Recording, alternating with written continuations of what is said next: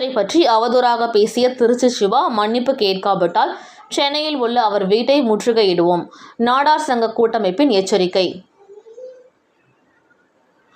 செங்கல்பட்டு மாவட்டம் தாம்பரத்தில் காமராஜர் குறித்து அவதூறாக பேசியதாக திமுக எம்பி திருச்சி சிவாவை கண்டித்து தமிழகத்தில் பல்வேறு இடங்களில் நாடார் அமைப்புகள் சார்பில் கண்டன ஆர்ப்பாட்டம் நடைபெற்று வருகிறது. அந்த வகையில் கிழக்கு தாம்பரம் பூண்டி பெசார் காமராஜர் சிலை அருகே நாடார் சங்க கூட்டமைப்பு தலைவர் மின்னல் ஸ்டீபன் நாடார் தலைமையில் நடைபெற்ற ஆர்ப்பாட்டத்தில் நாடார் பாதுகாப்பு பேரவை தலைவர் ஸ்ரீனிவாசன் நாடார், அகில இந்திய நாடார் மகாஜன சபை தலைவர் கார்த்திகேயன் நாடார், தாம்பரம் தொகுதி நாடார் சங்கங்களின் கூட்டமைப்பு தலைவர் ஞானபால் நாடார் உட்பட ஏராளமானோர் கலந்து கொண்டு திருச்சி சிவாவை கண்டித்து அவர் மன்னிப்பு கேட்க வலியுறுத்தியும் அவரை தமிழக அரசு கைது செய்ய வலியுறுத்தியும் கண்டன கோஷங்களை எழுப்பி ஆர்ப்பாட்டத்தில் ஈடுபட்டனர். இந்த ஆர்ப்பாட்டத்தில் சேலையூர் நாடார் சங்க நிர்வாகி காந்தி சேகர், தேசிய நாடார் சங்க பொதுச் செயலாளர் விஜயகுமார், நாடார் சங்க கூட்டமைப்பு பொதுச் செயலாளர் தர்மலிங்கம், முடிச்சூர் வட்டார நாடார் சங்க நிர்வாகிகள் விஜயகுமார், செல்வமணி, கூடுவாஞ்சேரி நாடார்கள் நண்பர்கள் சங்க நிர்வாகிகள் ஜவஹர் பொன்னுங்கலை, அகில இந்திய நாடார் மகாஜன சபை அமைப்பு செயலாளர் துரை நாடார் மற்றும் மாடம்பாக்கம் வட்டார நாடார் ஐக்கிய சங்கம், அகரம் நாடார்கள் ஐக்கிய சங்கம், சித்தாலப்பாக்கம் நாடார் சங்கம், மேடவாக்கம் நாடார் சங்கம், சத்யாநகர் நாடார் சங்கம், சிட்லப்பாக்கம் நாடார் சங்கம், முடிச்சூர் நாடார் சங்கம், பெருங்களத்தூர் நாடார் சங்கம், புத்தேரி நாடார் சங்கம் மற்றும் கூடுவாஞ்சேரி, குரோம்பேட்டை, பல்லாவரம், கீழ்கட்டளை நாடார் சங்க நிர்வாகிகள் ஏராளமானோர் கலந்து கொண்டனர். இந்த ஆர்ப்பாட்டத்தில் செய்தியாளர்களை சந்தித்து பேட்டியளித்த நாடார் சங்க கூட்டமைப்பு தலைவர் மின்னல் ஸ்டீபன் நாடார் கூறுகையில், தொடர்ந்து திமுக எம்பிகள் RS பாரதி, ராசா ஆகியோர் காமராஜரை அவதூறாக பேசி வந்த நிலையில் தற்போது திருச்சி சிவா அனைத்து சமுதாய மக்களுக்கும் போற்றும் பெருந்தலைவரை காமராஜரை குறித்து அவதூறான கருத்துக்களை பேசியுள்ளார். இதற்கு அவர் உடனடியாக மன்னிப்பு கேட்க வேண்டும். முதலமைச்சர் இது தொடர்பாக நடவடிக்கை எடுக்க வேண்டும் எனவும், மன்னிப்பு கேட்காவிட்டால் திருச்சி சிவா இல்லத்தில் அனைத்து நாடார் சங்கங்கள் சார்பில் முற்றுகை போராட்டம் இடுவோம் எனவும் தெரிவித்தார். பெருந்தலைவர், முன்னாள் முதல்வர், பச்சை தமிழன், கல்வி கடவுள் காமராஜர் அவர்களை தொடர்ந்து திமுக முன்னணி தலைவர்கள் விமர்சனம் செய்து கொண்டிருக்கிறார்கள். காமராஜரனுடைய ஒட்டுமொத்த தொண்டர்களுக்கும் ஒரு மிகுந்த மன வருத்தத்தை ஏற்படுத்தியிருக்கிறது. RS பாரதி அவர்கள், MP ராசா அவர்கள், அதனை தொடர்ந்து திருச்சி சிவா அவர்கள் திமுகவின் பொதுக்கூட்டத்தில் பெருந்தலைவர் காமராஜரை கொச்சப்படுத்தி பேச வேண்டிய அவசியம் இல்லை. தன்னுடைய சுய விளம்பரத்திற்காக ஒரு தலைவரை பற்றி தவறான தகவலை சொன்னால் நமக்கு ஒரு மிகப்பெரிய ஒரு விளம்பரம் கிடைக்கும் என்ற உள்நோக்கத்தோடு இவர் பேசியிருப்பதற்கு அவருக்கு கிடைத்த ஒரு பொருளாக காமராஜரை பயன்படுத்துகிறார்.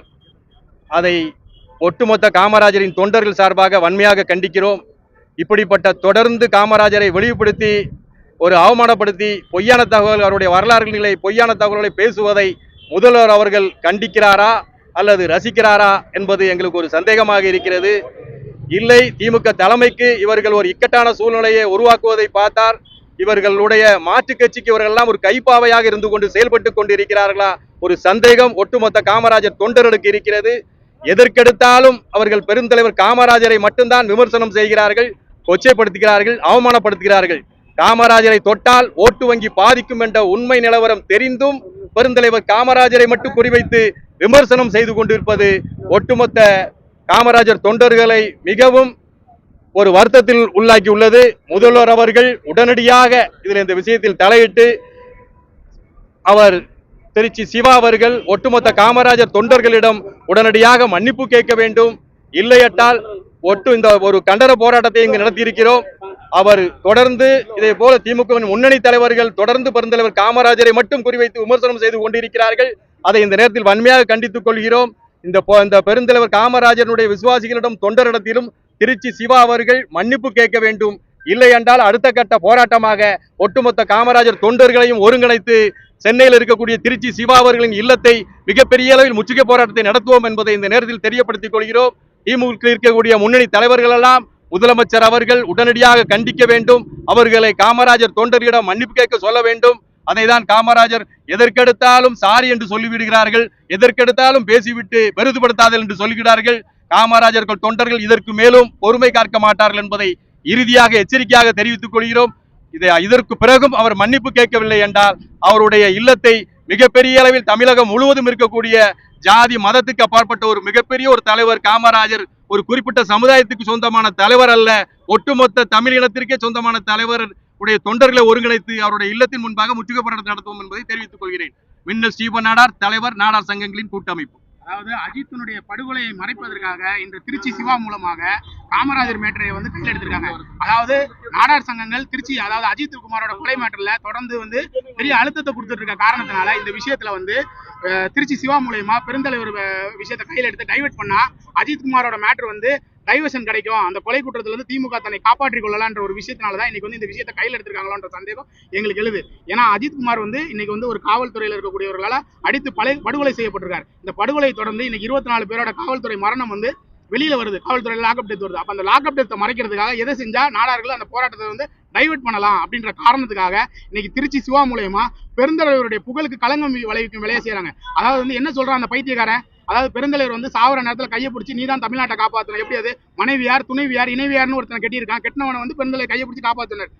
பெருந்தலைவருடைய கடைசி உயிர் மூச்சு வரை திராவிடத்திற்கு எதிராக செயல்பட்டவர் பெருந்தலைவர், உண்மைக்கும் நேர்மைக்கும் எடுத்துக்காட்டாக செயல்பட்டவர். 20 வருஷத்துக்கு முன்னாடி பொறுப்புக்காரும் போது இவனோட சொத்து மதிப்பு என்ன, இன்னைக்கு திருச்சி சிவா பரதேசியோட சொத்து மதிப்பு என்ன, பெருந்தலைவர் காமராஜர் சாகும் போது அவர் பாக்கெட்ல வெறும் 116 ரூபாய் இருந்துச்சு, இன்னைக்கு திருச்சி சிவாவோட சொத்து மதிப்பு வெறும் 116 ரூபா தான் இருக்கா?